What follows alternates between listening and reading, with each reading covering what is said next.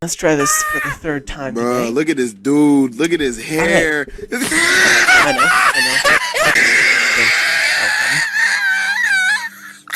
Oh my goodness. Everybody knows. Everybody knows. It's your boy, TN Stories, here to narrate everything. I'm quite fancy today. I would like to be known as a gentleman.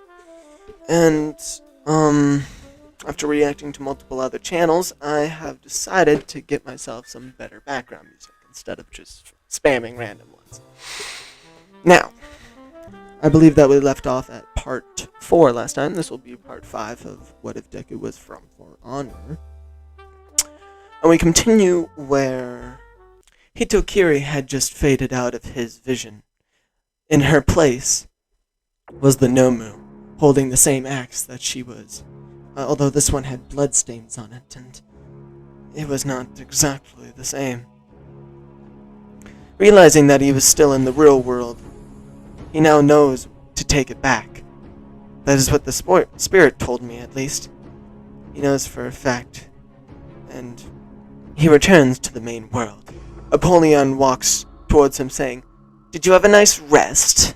sheathing her sword threateningly at him. Although she was 50 feet away, it worked. He was threatened.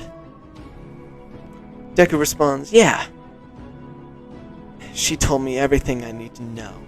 And he looks over towards the Nomu. Reconnecting his arm back into position where he can move it again, he licks the blood of the Valkyrie off of his face he just killed.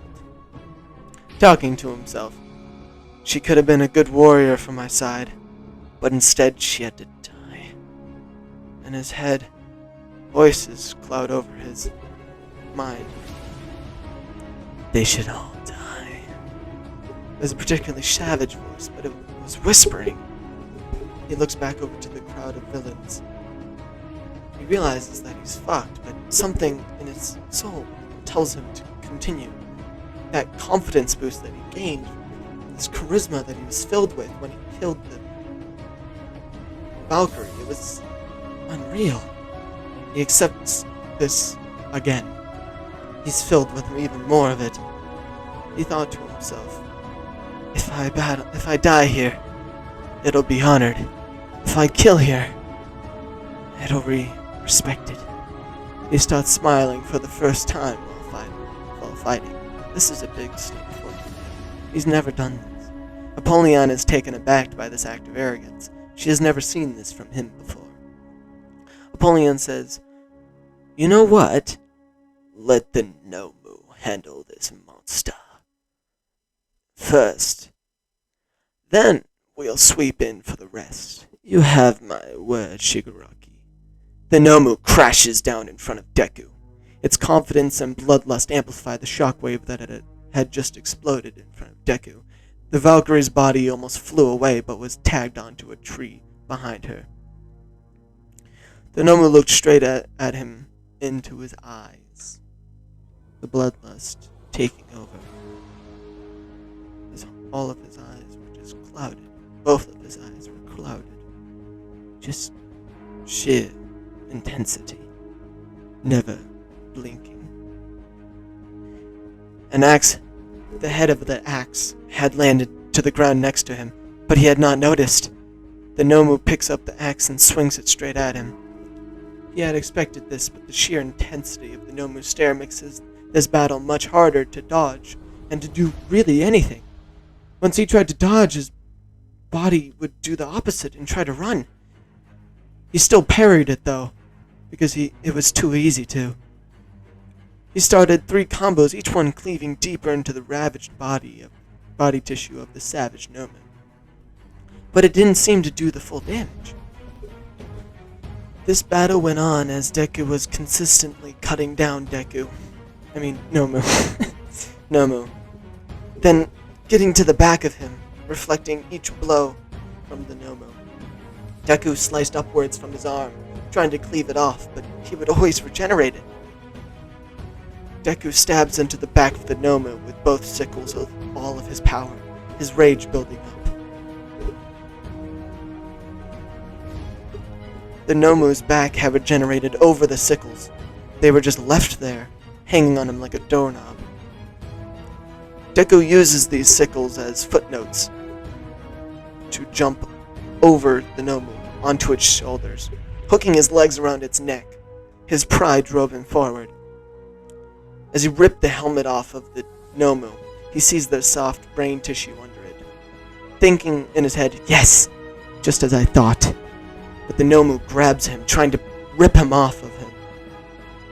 But his leg crunch was too tight to pull him off, as Deku, he was holding onto his head and started bashing, and the Nomu started bashing Deku and him into the wall, which Deku also had painful, since the sickles were just driven further into his back and further and further.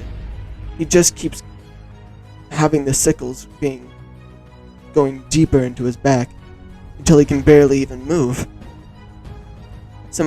One of them pierces his lungs. The Nomu has lost most of his energy now. It can't do much. It slowly comes to a stop, trying to grab Deku one last time. Deku picks up the Nomu's axe, sliding in front of the Nomu. In its weakened state, Deku riles up a huge blow with the axe. His blood pumping to his brain so fast his muscles started going 100%.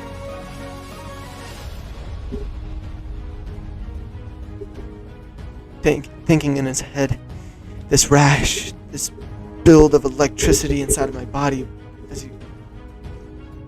but it is the whispers start to come over him as he's consumed with rage, throwing all of his weight into his axe as he drives the axe straight down the middle, splitting every part of the Nomu, cutting his spine in half. What was left of the body was unrecognizable. By that point, the Nomu had been stabbed thousands of times and was bleeding out already. But the splitting of the body in half, he could not heal. It was simply too much. His blood started pouring again from each side, like the goddamn splitting of the Red Sea. His blood started overflowing, trying to repair himself, creating more and more blood. In the end, he was just a puddle of bones, tissue, and just a sea of blood. Kitogiri, enraged by this, started scratching himself all over, thinking to himself, "This kid is going to be trouble. That was our only Nomu."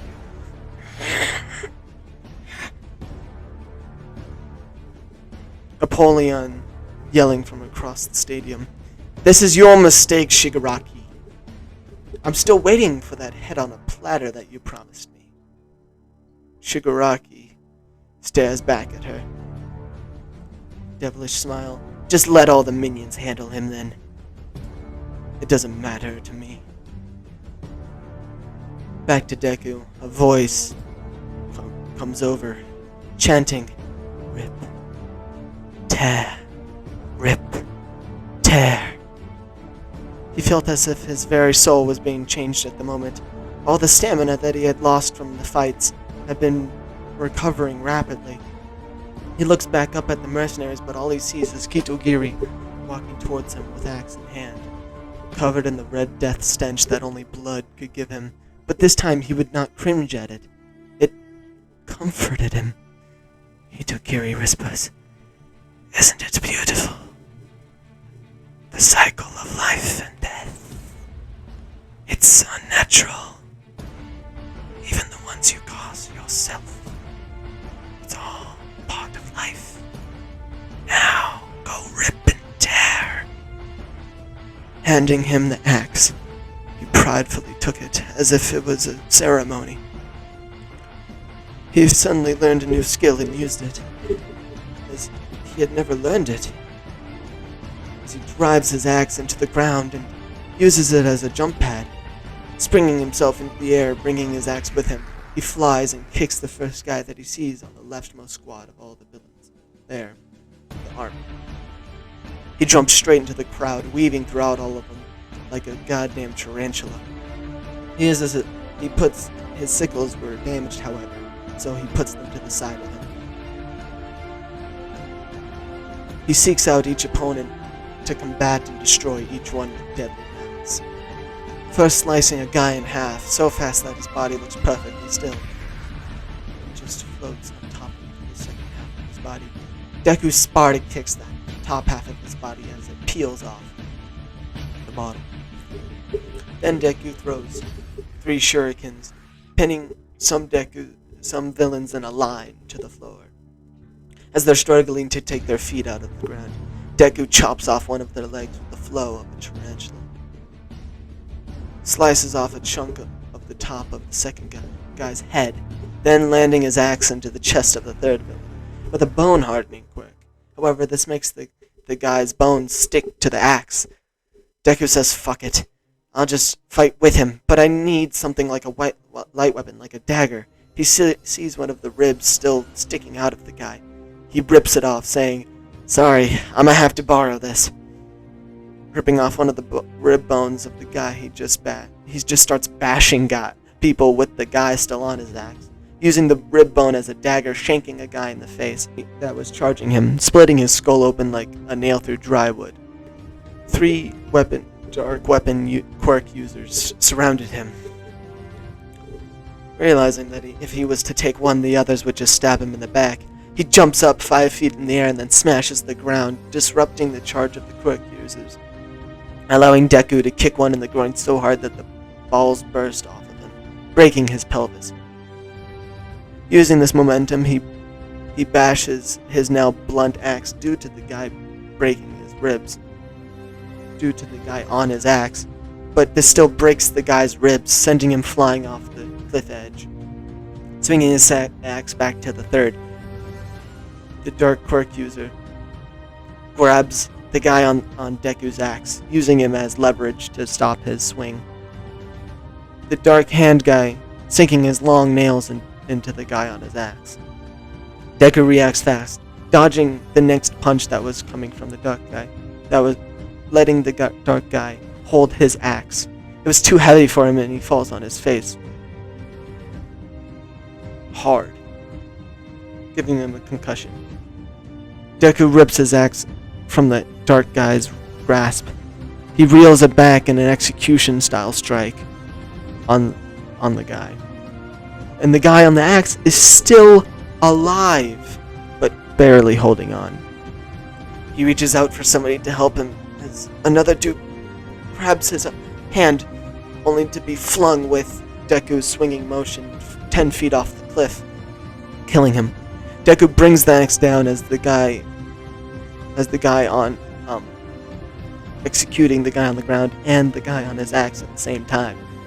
Deku rips the guy on the axe's bloody, bruised body off of his axe, but nothing he could do to the axe would remove the rib marks and the smell of blood that stained it now, the very core of the metal.